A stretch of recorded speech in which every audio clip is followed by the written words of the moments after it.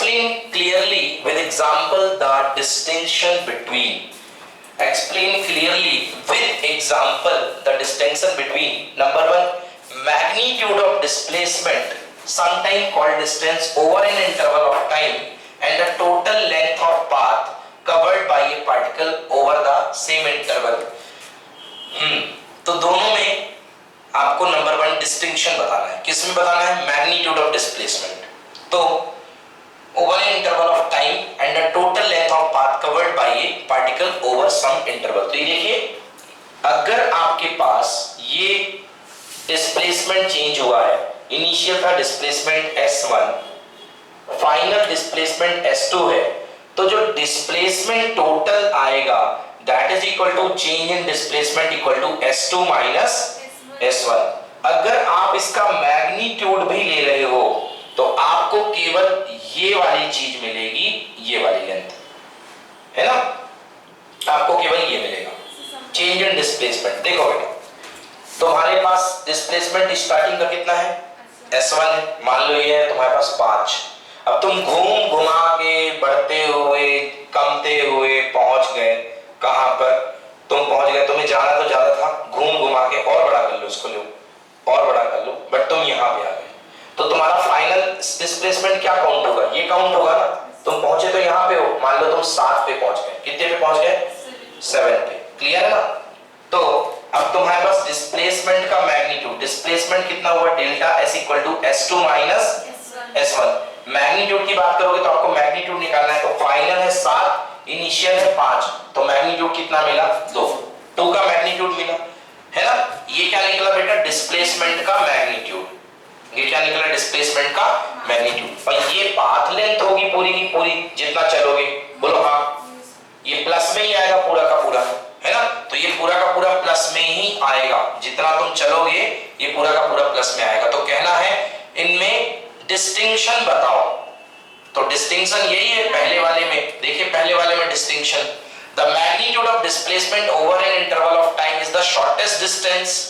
जो magnitude of displacement होता है वो क्या होता है? Shortest distance. हाँ या ना? अभी कितने बार तो पढ़ चुके.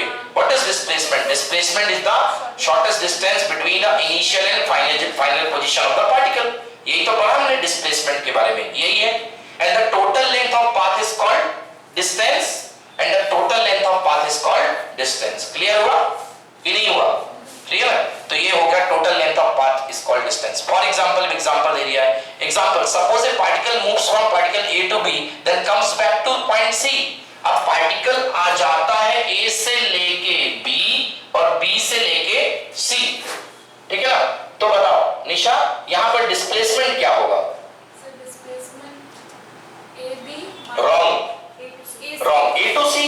What is initial position? A. चला कहां से? A से चला. आया कहां तक? C तक. तो आपको इनिशियल ऑफ पोजीशन फाइनल का मतलब है. तो what is displacement? Displacement is AC vector. And what is magnitude of displacement? AC vector का magnitude means length of AC. What is magnitude? Simply length. Yes और no? Clear हो रहा है? Okay, so this is displacement. For example, suppose a particle moves from point A to B, then come back to C in total time t. Then magnitude of displacement of the particle equal to what? AC. But if I talk about length of path, or if I talk about the distance, first travel A to B, then B to C. So distance AB plus how much? BC. This is the total length of path. Say yes or no? So एक चीज clear हुआ, distance is always greater than or equal to displacement. की जो distance होती है, distance की जो value होती है वो displacement के वैल्यू से हमेशा बड़ी होती है या बराबर होती है. इसको मॉड क्यों लगाया? क्योंकि ये स्केलर क्वांटिटी है और ये वेक्टर क्वांटिटी है. तो स्केलर वेक्टर को डायरेक्ट कंपेयर तो नहीं कर सकते हैं. कंपेयर करोगे तो इसके स्केलर के मैग्नीट्यूड को इसके मैग्नीट्यूड से ही कंपेयर करना पड़ेगा, क्योंकि आप मैग्नीट्यूड को मैग्नीट्यूड से ही कंपेयर कर सकते हो. क्लियर? Not clear? तो इसलिए इसका मैग्नीट्यूड लगाया. Okay, so this is the answer. Yes, so clear है? Yes, it is also important. Note that magnitude of displacement can never be greater than the total path length. कभी भी displacement का magnitude displacement की value total path length से बड़ी नहीं हो सकती है। समझ में आया? यहां पर यदि मान लो ये यहां तक की दूरी 6 है, यहां तक की दूरी 2 है, तो डिस्टेंस कितनी होगी? पहले क्या 6 से 6 प्लस 2 कितना 8, 8 से 2 वापस कितना 10, तो डिस्टेंस कितनी हो गई 10। बोलो यस। और डिस्प्लेसमेंट कितना ओनली 6, क्योंकि 6 गया पहले 2 गया तो 6 प्लस 2 और वापस आया तो क्या -2 से +2 कैंसिल, तो आंसर डिस्प्लेसमेंट कितना होगा 6। क्लियर हुआ? तो displacement is always less than और इक्वल टू डिस्टेंस। आया समझ में कि नहीं आया? ठीक है ना? केवल एक केस में डिस्टेंस और डिस्प्लेसमेंट इक्वल होंगी, जब एकदम सीधे पाथ में गाड़ी चले, वापस ना आए।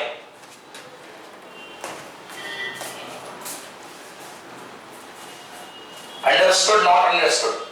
क्लियर?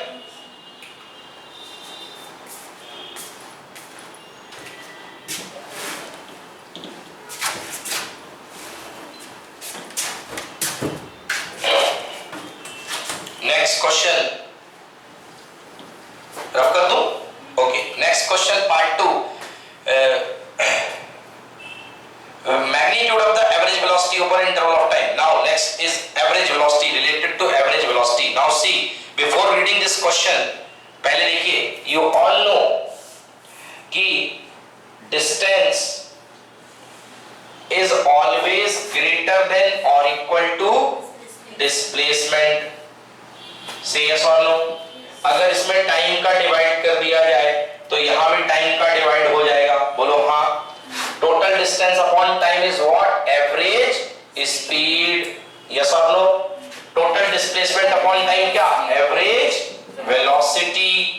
क्योंकि ये डिपेंड करता है डिस्प्लेसमेंट पर, और डिस्प्लेसमेंट बेचारा छोटा होता है तो इसलिए इसकी वैल्यू छोटी आएगी, और ये बड़ा होता है इसलिए इसकी वैल्यू बड़ी आएगी। तो average speed is always greater than average velocity.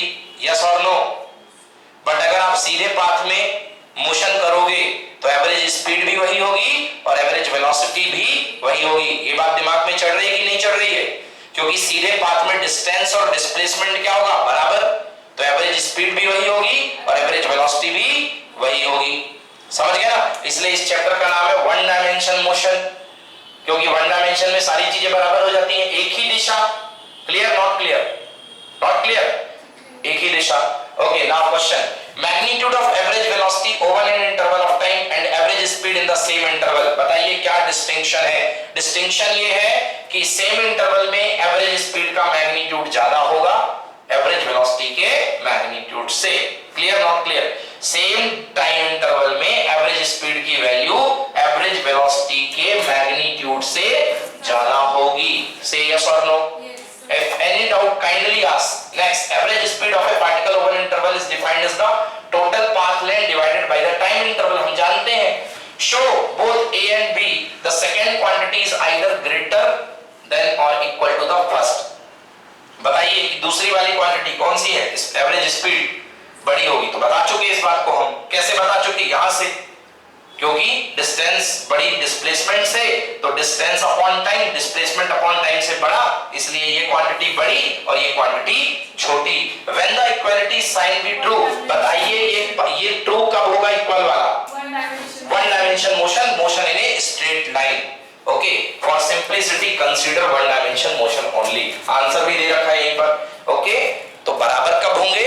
जब पार्टिकल वन डायमेंशन में मूव कर रहा होगा। Yes, see in the previous question, similarly previous question, see the velocity equal to total displacement. Look here only please, the velocity equal to total displacement upon time, AC upon t, but for average speed time interval is same. अगर 6 second है तो 6 second यहाँ भी है, आने का और जाने का, बट यहाँ पर पाथ लेंथ क्या हो जाएगी? AB plus BC. Agree not agree? तो इस तरीके से you know every time AB plus BC is greater than AC, ये डिस्प्लेसमेंट है, ये डिस्टेंस है, that's why which is greater, average velocity or average speed? Which? Average speed, because it is depending on the path and path length is more than shortest distance. Clear? This is the answer.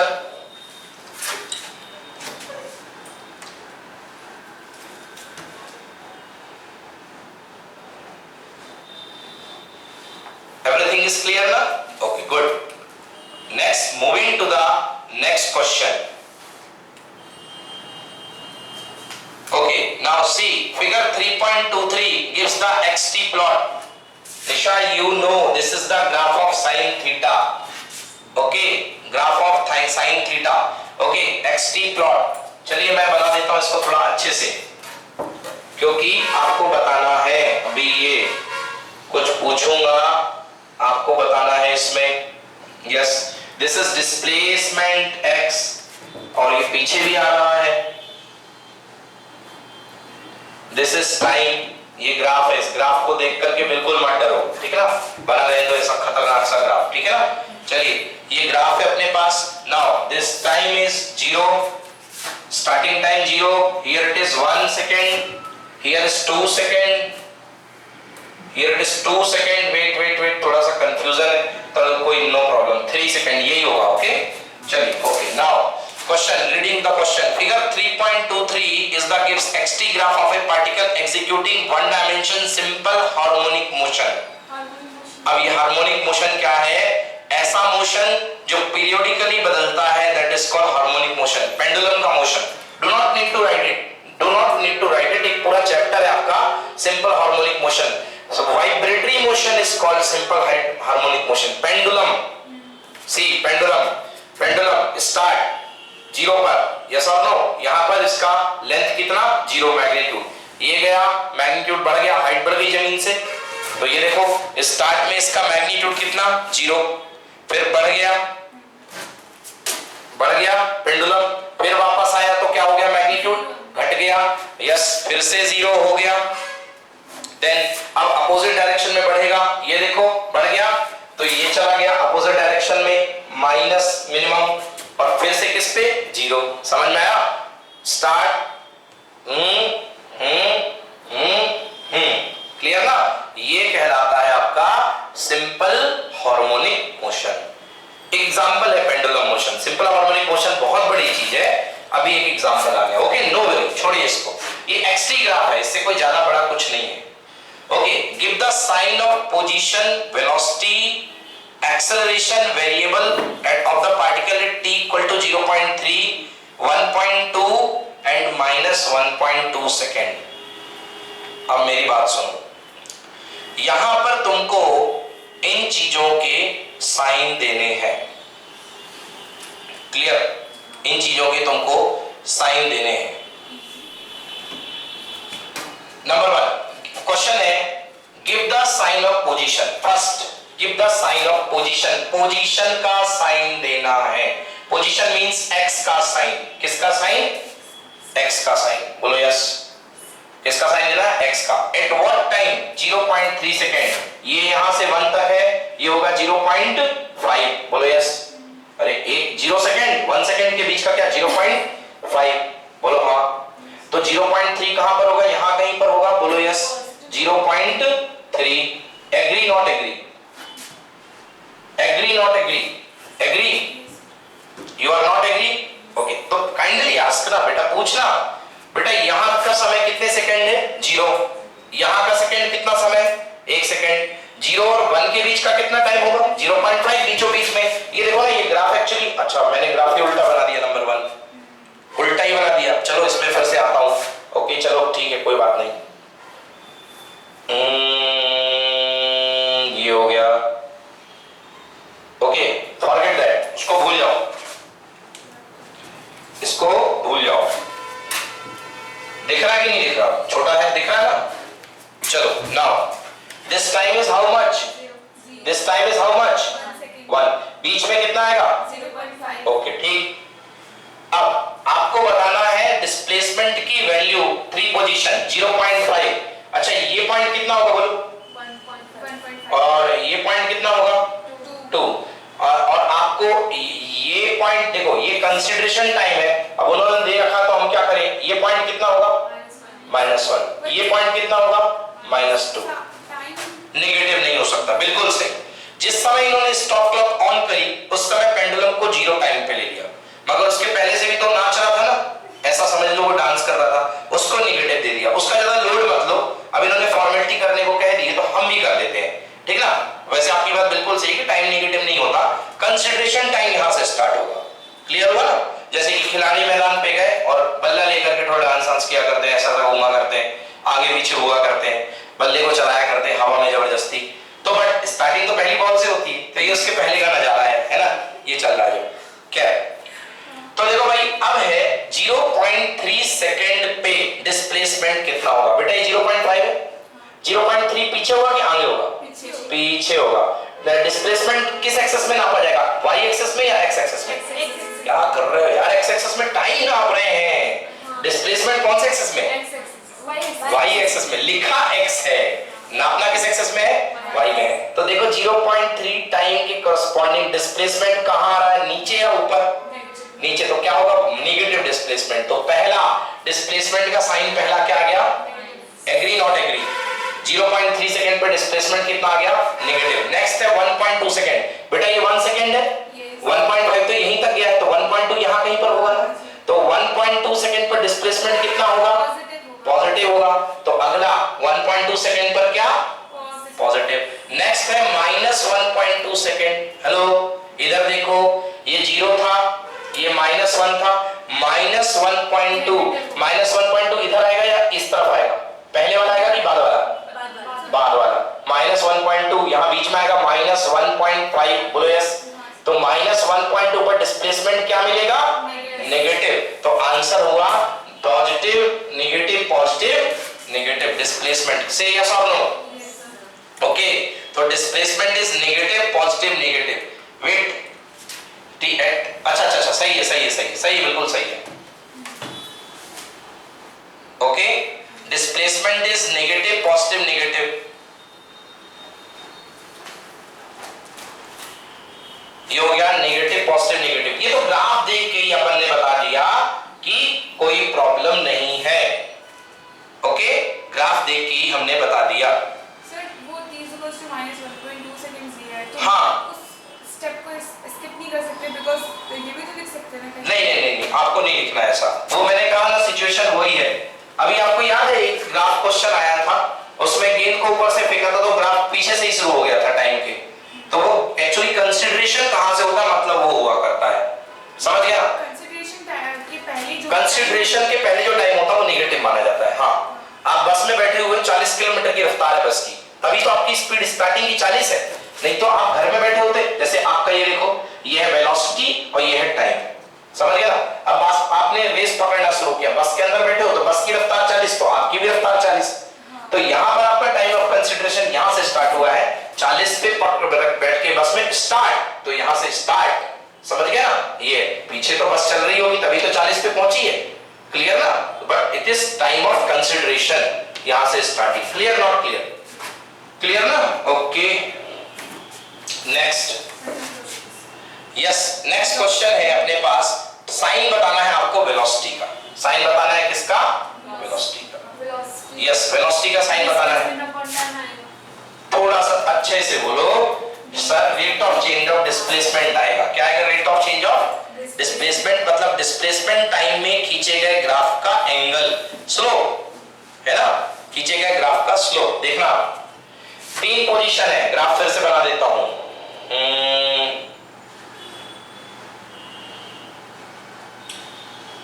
Yes, tangent खींचना पता चल चुका है, yes, acute angle theta 90 degree के लिए tan theta क्या होता है, पॉजिटिव, 90 डिग्री से बड़े के लिए tan थीटा क्या होता है, नेगेटिव, यही लगना है कंसेप्ट इसमें, है ना।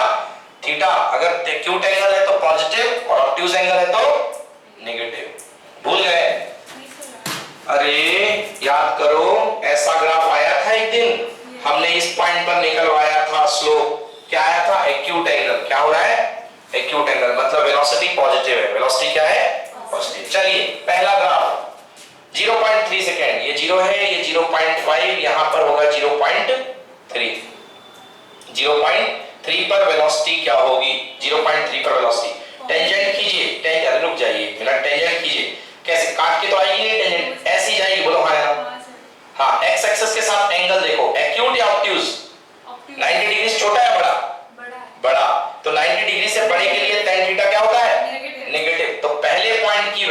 क्या होगी इसकी? नेगेटिव। तो फर्स्ट वेलोसिटी इसकी होगी नेगेटिव।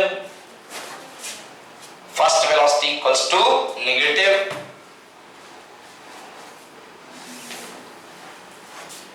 ओके, समझ में आया? First velocity negative. सेकेंड कहां पर भैया चाहिए है? 1.2 सेकेंड, ये है 1 और ये है 1.2। यहां पर चलो खींचो स्लोप इस पॉइंट पर, कैसा जाएगा? ऐसे ही तो जाएगा। एंगल देखो, एक्यूट पॉजिटिव। हाँ, अब आगे देखते हैं।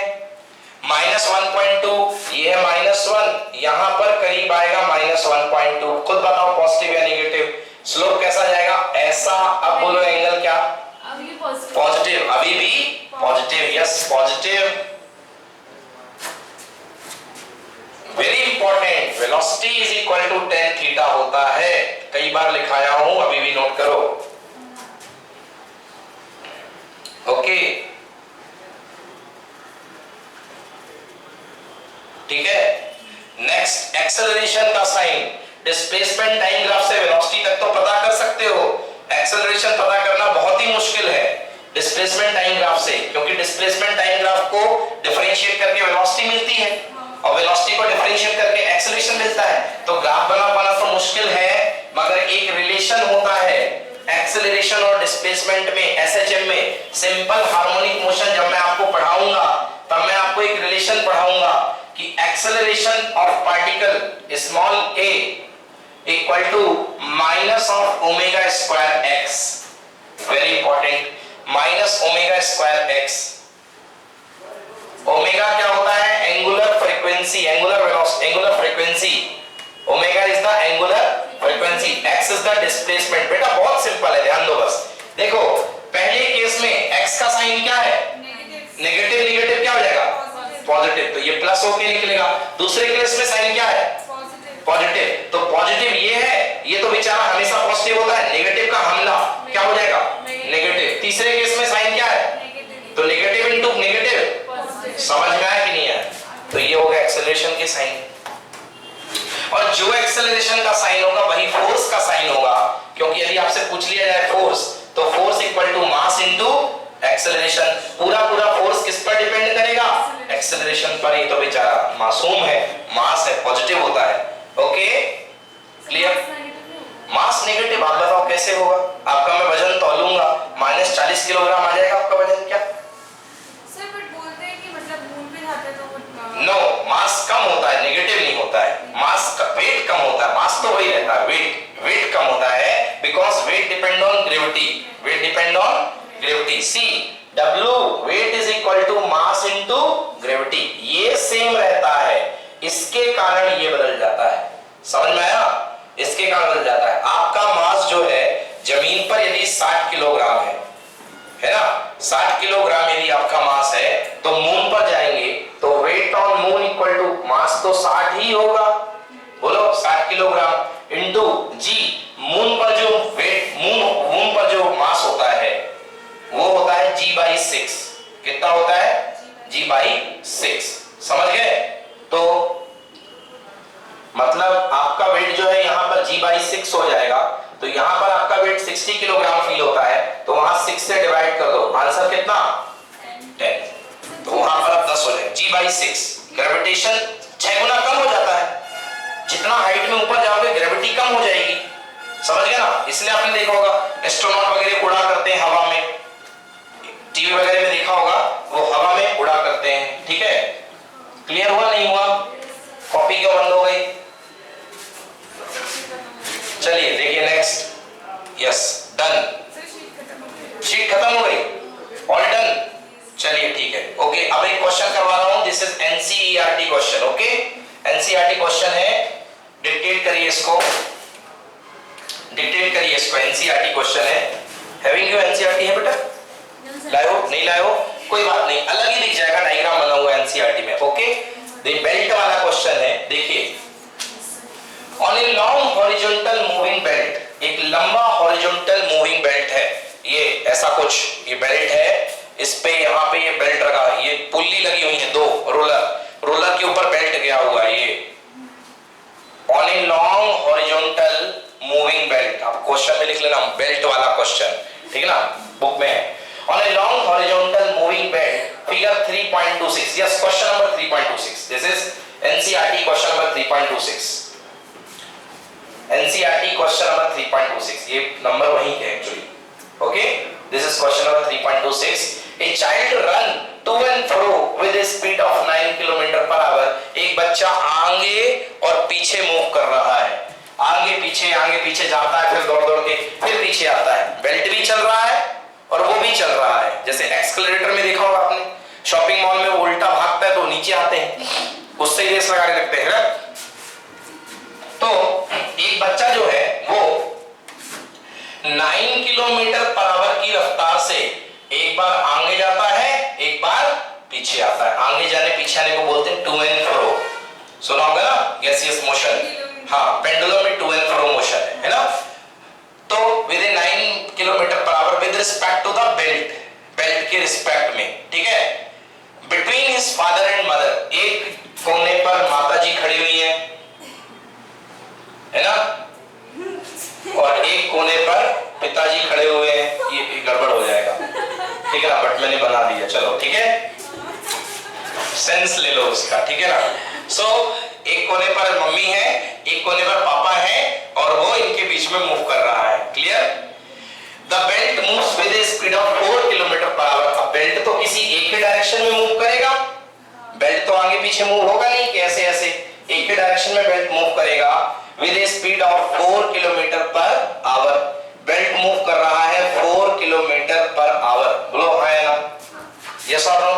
अब देखो, जिस समय वो बच्चा आगे जाएगा और बेल्ट भी आगे जाएगा, बेल्ट भी, बच्चा जाएगा 9 की रफ्तार से आगे, बोलो हाँ, 9 किलोमीटर पर आवर की रफ्तार से, और बेल्ट कितने किलोमीटर, 4 किलोमीटर पर आवर की रफ्तार से। तो उस समय इनकी रिलेटिव स्पीड कितनी जनरेट होगी, 9 माइनस 4, तो आंसर कितना आएगा, 5 किलोमीटर पर आवर, बोलो यस।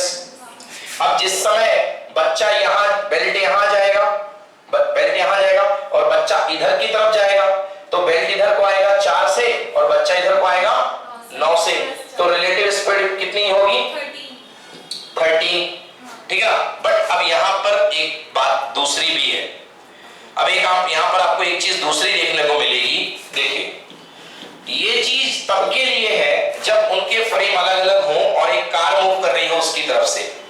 अब यदि बेल्ट ऐसा जा रहा है, अब देखिए ये चीज बिल्कुल ही अलग है, आपको बहुत अलग लगेगी। पिछले केस में अगर कार आती तो हमारी तरफ ट्रेन आती तो हमको भड़ भड़ भड़ बहुत तेज लगती, बट अब के केस में बेल्ट जा रहा है आगे की तरफ, बोलो हाँ, 4 की रफ्तार से, बोलो यस, और बच्चा आ रहा है पीछे से इधर की तरफ, तो बच्चा स्लो डाउन होगा कि बच्चा की रफ्तार बढ़ेगी, कभी नहीं बढ़ सकती। अरे ये बेल्ट के ऊपर है बेटा, ये बेल्ट के ऊपर है, ये बेल्ट के ऊपर है, तो भैया ये 4 से नीचे जा रहा है और ये 9 से इधर आ रहा है, तो स्पीड कितने की फील होगी, 9 माइनस 4, नहीं आया समझ में, हाँ ठीक है। बेटा ये बताओ, तुम एक मूवेबल बेल्ट में चल रहे हो, बेल्ट उल्टा आ रहा है, आप दौड़ रहे हो, तो आपकी जो स्पीड बनेगी वो तो कम बनेगी ना। हाँ, अगर आपका बेल्ट भी वहीं जाता और आप वहीं दौड़ते तो अब स्पीड ज्यादा होती। कार का केस पिछला अलग था, क्योंकि वहां पर कार ये एक ही बेल्ट में नहीं मूव कर रही थी, कार अपना सिंपली, ये जो थी कार अपनी पहली वाली कार, ये आ रही थी मान लो 25 से और ये भी आ रही थी 25 से, ये दूसरी वाली कार, तो 25 और 25 कितने हो रहे थे, 50। बेटा यहाँ पर ये थोड़ा ना होगा कि 9 बेल्ट उल्टा जा रहा है इधर और ये बंदा 5 से जा रहा है, तो 14 स्पीड क्यों होगी, खुद बताओ। ये बेल्ट के ऊपर है ना, चल तो बेल्ट के ऊपर रहा ना, तो इसकी स्पीड इसको प्रभावित करेगी कि नहीं प्रभावित करेगी, करेगी कि नहीं करेगी, क्लियर हुआ नहीं हुआ, अभी भी पक्का हुआ कि नहीं हुआ, जबरदस्ती में हाँ हिला दिया, हो गया ना। देखो याद करो, उस दिन पुलिस वाले थे, पुलिस वालों ने 95 किलोमीटर की स्पीड से गोली मारी थी मीटर पर सेकंड की रफ्तार से, और गाड़ी पे बैठे हुए थे 140, याद आया। तो ये स्पीड हमने दोनों जोड़ी थी, क्योंकि क्यों नहीं जोड़ी थी, अरे क्या कह रहे हो, जोड़ी ही तो थी। 140 की रफ्तार से गाड़ी जा रही है, उसी के ऊपर पुलिस वाले बैठे हुए, तो 140 की रफ्तार गाड़ी को मिल गई और पुलिस वाले की रफ्तार गाड़ी को मिल गई, बोलो हाँ। आप ट्रेन से कूदोगे तो आप कितनी स्पीड से नीचे गिरोगे, ट्रेन की रफ्तार है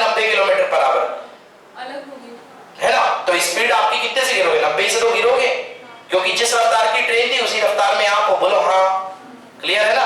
हाँ, आप ट्रेन के अंदर दौड़ रहे हो, ट्रेन की रफ्तार है 90, आपकी रफ्तार है 3, आपकी रफ्तार है 3, तो टोटल स्पीड 90 प्लस 3, 93। ट्रेन के अंदर हो ना। क्लियर हुआ नहीं हुआ? अभी क्लियर हुआ कि नहीं हुआ? जीप का केस अलग है और आप उसी मोशन में कर रहे हो।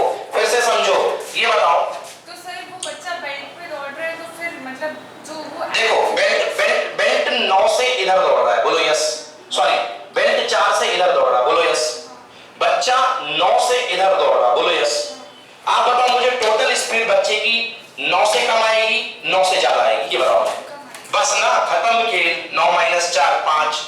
अब ये बताओ, अगर बेल्ट भी यहीं दौड़ने लग गया, ये 9 से ये 4 से, टोटल स्पीड बच्चे की ऐड होगी ना। तो बेटा दो तरीके के क्वेश्चन होते हैं, ये भी इसमें ऐड हो रहा है क्योंकि ये सिस्टम के ऊपर ही बैठा हुआ है। तो इसकी स्पीड कितनी हो गई एक बार में? 9 और 5 14, सॉरी 13, 4 का है ना, 4 है ना, 4 4 4 4 4, बेल्ट की स्पीड 4, तो 9 और 4 13, सेम डायरेक्शन में, अपोजिट डायरेक्शन में। 9 - 4 5। समझ में आया? तो एक तरफ जाएगा, एक तरफ शायद जिस तरफ मम्मी खड़ी होंगी तेजी से जाएगा और एक तरफ धीरे से जाएगा। एक तरफ की स्पीड होगी 13 और एक तरफ की स्पीड होगी 4। बोलो हाँ है ना? क्योंकि यार बेल्ट की एक तरफ सामने जाता है, एक तरफ अपोजिट जाता है, तो एक तरफ स्पीड कम है, एक तरफ स्पीड ज्यादा है। क्लियर हुआ कि नहीं हुआ? पक्का? हाँ चलो। So question, on a long horizontally moving belt, a child run to and fro with a speed of 9 km/h with respect to belt between his father and mother located at 50 meter apart. ये दोनों एक कोने पर 50 metre पर है, 50 metre पर है। बोलो यस। एक खूब बड़ा बेल्ट है, उससे कोई मतलब नहीं हमको, चलता जा रहा है बेल्ट, चलता जा रहा है। ये तो 50 मीटर पे बने हुए हैं और उस बच्चे ने कसम खा रखी है, दौड़ूंगा तो पापा और मम्मी के बीच में ही दौड़ूंगा, एक कदम आगे नहीं निकलूंगा, एक कदम पीछे। खूब बड़ा बेल्ट है, मान लो ये चला जा रहा है, चला जा रहा है, है ना। 9 की स्पीड से ये बेल्ट आगे चला जा रहा है, 4 की स्पीड से, और ये बच्चा आगे पीछे, 9 से आगे, और यहाँ 9 और 4 13 से इधर भागेगा और पीछे कितने से आएगा? 5 से। क्लियर हुआ इतना? चलिए, For an observer stationary platform outside, अब एक बंदा यहां से बाहर से खड़े होकर के इसकी हरकतों को वॉच कर रहा है। ये प्लेटफॉर्म में नहीं है, ये बाहर है, समझ गए ना? अगर प्लेटफॉर्म में खड़ा होता, ये पिताजी है, पिता को अपना बच्चा, हाँ जो भी है, सुनो ये मम्मा है, इसके मम्मा है, अगर ये बच्चा 9 से इधर आएगा और 9 से इधर जाएगा तो मम्मा को ये 9 का ही दिखाई देगा। कारण, क्योंकि मम्मा भी उसी प्लेटफॉर्म पे है, क्योंकि मम्मा के लिए 4 कट हो जाएगा, वो मम्मा को 4 नहीं दिखाई देगा क्योंकि उसी प्लेटफॉर्म पे है। तो ये इनको 9 आना और 9 जाना ही दिखाई देगा क्योंकि वो ऑलरेडी उसी फ्रेम में है। बोलो हाँ, क्योंकि बच्चे का स्पीड पता चलेगा। क्लियर? तुम एक ट्रेन के अंदर बैठे हुए हो, तुम्हारी रफ्तार 70 है, ट्रेन 70 की रफ्तार से चल रही है, अंदर कोई आदमी है, यहां से वहां जा रहा, वहां से यहां जा रहा 2 किलोमीटर/h की रफ्तार से, तो वो क्या आपको 72 में भागता दिखाई देगा या 2 में दिखाई देगा? 2 में, क्योंकि उस प्लेटफॉर्म के अंदर है। तो इनको ये बच्चा किस में दिखाई देगा? 9 में। क्लियर हुआ? हाँ, बट इसको अलग दिखाई देगा क्योंकि ये बाहर बैठा हुआ है। हाँ या ना? क्लियर हुआ ना? इसको ये अलग से दिखाई देगा, अलग टाइप से दिखाई देगा। First, speed of the child running in the direction of motion of belt. बताइए कि स्पीड क्या होगी मोशन में बेल्ट की तरफ? बोलो। माइनस गलत, प्लस करेंगे। आंसर बोलो। 9 + 4 कितना हुआ? 9। स्पीड ऑफ द बेल्ट 4 है, तो स्पीड इन द डायरेक्शन 9 + 4 = 13। ये देखो पिताजी है, ये मम्मा है और ये बाहर बैठा हुआ है, ये बच्चा भाग रहा है, मम्मा की तरफ देखो भाग रहा है ना, फिर लौटेगा। तो स्पीड ऑफ द, हाँ स्पीड ऑफ द चाइल्ड बोलो कितनी? 13। समझ में आया? तो speed of the child running in the motion of belt, answer 13। Speed of the child running opposite to the direction, पापा की तरफ 5। Yes, answer = 5। Clear? Next question, time taken by the child in A and B. मम्मा की तरफ जाने में और पापा की तरफ जाने में लिया गया समय, मम्मा की तरफ जाने में और पापा की तरफ जाने में लिया गया समय। अब रुकना, हाँ यहां से चला कितना है? 50, यहां से चला ये 50 है, ठीक ना? अरे 50 मीटर की दूरी नहीं है दोनों के बीच की, 50 मीटर है ना डिस्टेंस, तो मम्मा की तरफ जाने में लिया गया समय टोटल डिस्टेंस इक्वल टू कितना 50, यस और नो। नाउ उसकी स्पीड अंदर के लिए तो उसको मम्मा और इसको 9 ही फील होगी, उनसे क्या मतलब बाहर वाले को फील होगी दूसरी, इनको तो 9 ही फील होगी, उसी रेफरेंस में है।